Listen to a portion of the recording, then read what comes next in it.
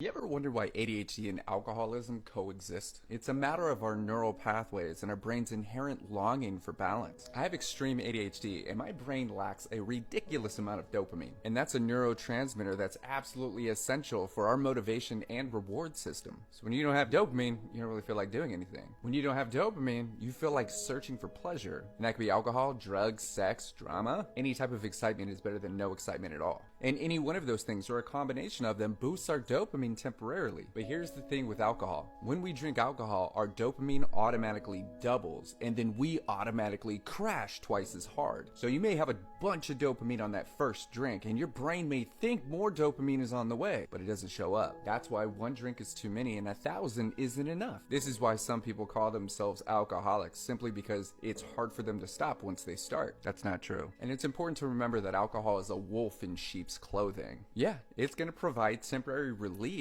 but over time, it's going to dramatically deplete our dopamine and we're going to constantly crave more. That's why so many people are afraid to get sober, because they think that dopamine's never going to show up again, even if they're completely miserable right now. So it's important to start replacing alcohol with dopamine boosting activities. For me, the gym, exercise, proper nutrition, and positive social interaction. Start saying nice things to yourself. When we understand the brain's complexities, we are capable of rewiring it into becoming a healthy person, not just somebody who's practicing doing healthy things. And this empowers us when we're recovering from alcohol abuse. Remember, your brain is an extraordinary tool capable of vast amounts of change, and that change happens over time and it happens with practice. And now it's your turn to harness the power of your brain and break that cycle.